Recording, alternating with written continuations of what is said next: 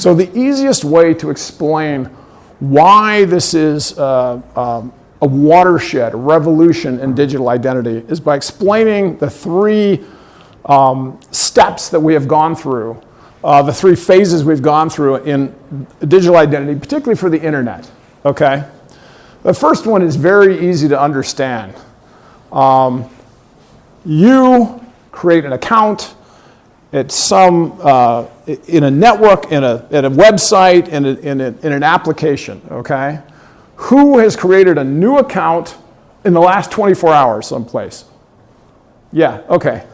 This is just the point. We do this almost every day, right? New username and password, something new to remember. Another question I love to ask audiences, how many of you use a password manager of some kind? Okay.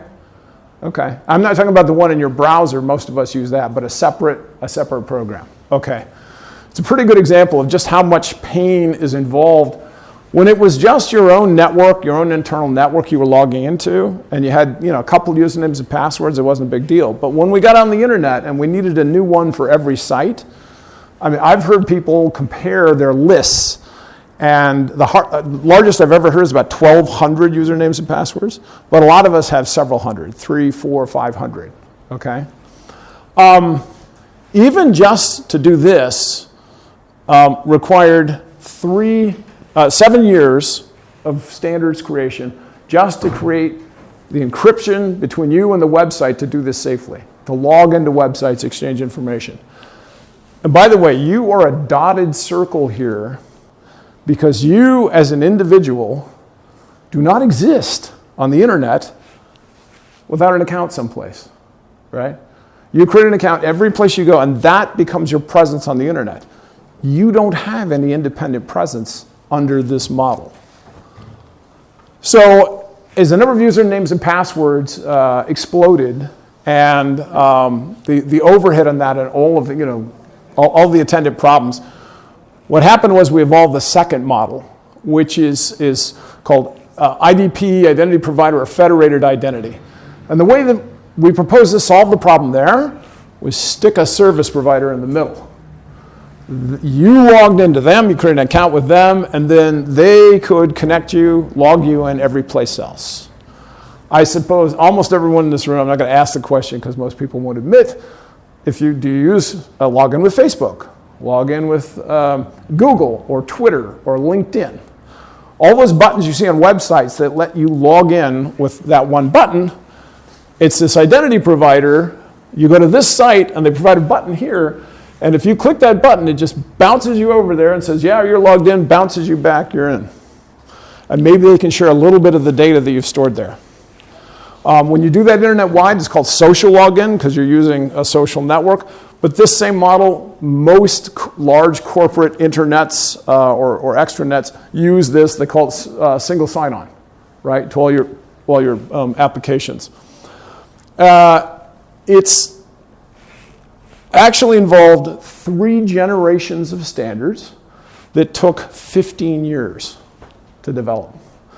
And unfortunately, I came in when this one thing was being developed and was involved in the development of all of those, so I've been through a lot of the pain of that. As much as it looks like, hey, this can solve the problem, and there has been significant adoption of this, it actually has sort of hit the wall in terms of really solving the problem of digital identity. One of the reasons is there's no identity provider that connects to everyone. Okay? No matter who you connect to, even if it's Facebook or Google, there are only so many places. We deal with hundreds of banks and what we in the US we call credit unions.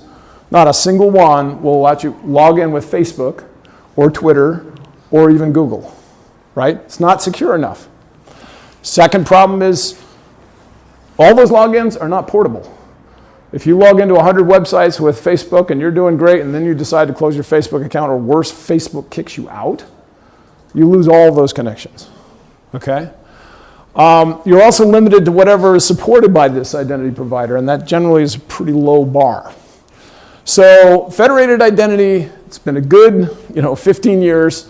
It's gone a long ways, but now we're moving to the third generation, the big shift. And that's self-sovereign identity. Now in this model, we go back to just you and the other site. But you are no longer a dotted line. And this is no longer an account. If I get a business card here, and I hand it to Alex, and I say, Alex, good to meet you. I don't say, Alex, thanks for forming an account with me. Or vice versa, right? We have formed what LinkedIn calls a connection, right? It's a relationship. And you and the other peer that you're connected to are equal parties to that relationship. That's how it works in the real world. This is how it should work online. So, yes, you're seeing down here, oh, blockchain's involved. So how do we make this? Why is blockchain the key to this whole new watershed of digital identity? This one slide, it took me a couple months to develop this. The whole story's on this one slide, okay? So, part number one, click. This is when I get out my first most favorite prop. Ladies and gentlemen, decentralized self-sovereign identity. Every one of you is using it every single day. The only thing is, it's not digital. If you want full self-sovereign identity, we need to take this and we need to put it on this. Now, the key is, what makes this work is, yeah, I own and control this wallet, and if I took out all these credentials and just walked up to the TSA, to get, the airport, and just handed my wallet and said, yeah, here I am, I wouldn't get on a plane, right? I have to have a credential from some issuer that they trust, okay? Same thing true here. I have this self-sovereign identity wallet. I've got some credentials in there, but if I'm going to use them to be trusted, I could create a business card like I did with Alex. That's some trust, but it's not going to get me on a plane. So if I want to get a credential to put in that digital wallet, I need to get it from some other peer.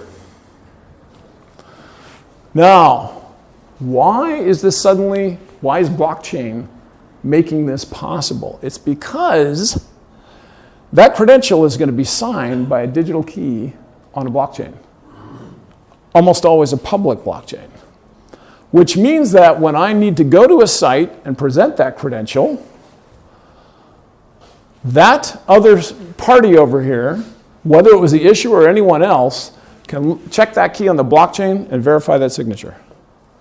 Now, if we use a public blockchain for all of those keys, that means any issuer of a credential can issue it to anyone, and any other verifier of that credential can verify that signature. We'll have a globally interoperable public key infrastructure. I don't know how many folks are deep in crypto and public key infrastructure, but we call this decentralized PKI, decentralized public keys. And it is the essence of why this works, why we can finally have self-sovereign identity. I'll leave this here because I guarantee you I'm going to get back to it as a prop. I'll even leave that one right there too. So, to make this work, we actually need 4 new standards, and I'm just going to click through them. First of all, how do you find a public key on a blockchain? The standard is called DIDs, Decentralized Identifiers. I'll talk more about it down into a minute.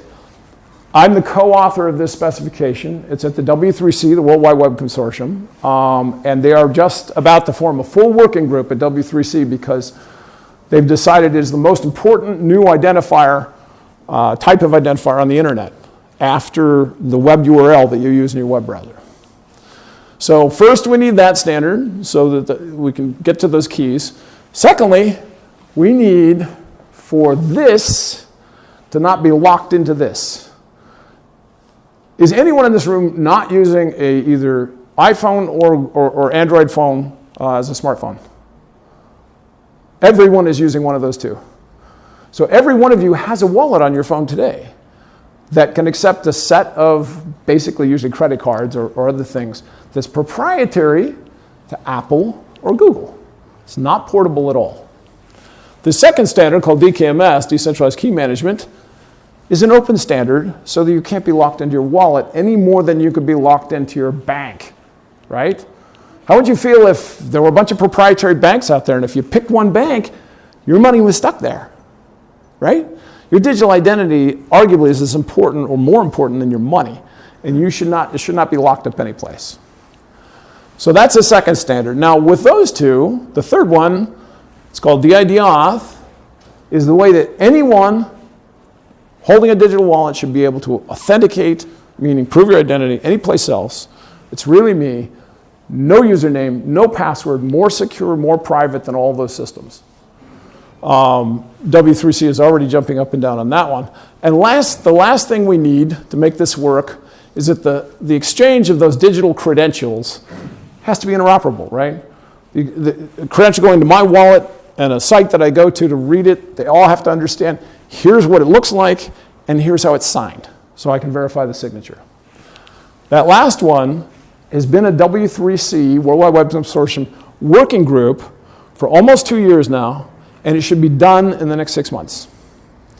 So, and all the rest of these, they're operating versions of this. So we have most of what we need, because we've been working on it over the last couple of years, to make self-sovereign identity a reality. That's why what I'm talking about tonight is not theoretical. We're going to talk about some examples of how it's coming out into the world fairly quickly. So, again, by the way, all these slides, this whole deck is public. You're welcome to take pictures, but we can also share it with you. And Alex has actually done a webinar where most of these slides exist on SSI Meetup. All right, so now I want to summarize here. If you're like, wow, that was a complicated picture, remember, it boils down to this. Self-sovereign identity is getting your wallet on your phone, but not a wallet of money, a wallet of identity credentials. Now, you might be sitting there wondering, well, am I going to need one wallet for my identity credentials and a different wallet for my digital money or cryptocurrency? Well, a lot of folks building wallets are starting to go, well, no, you shouldn't, any more than I need two wallets here, right? I got money, I got credentials, they go in one wallet, I keep it in one pocket, everything's happy.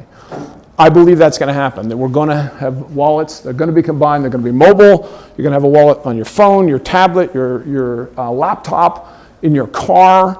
All your devices are going to start to come with wallets that are interoperable, and which, you set it up once, just like you get a new device, you set it up once.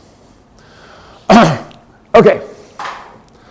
Now I'm going to go a little deeper. I'm going to explain a little bit more about the pieces that go together to make this work. And then we're going to go into, okay, so how's this actually evolving out there in the market?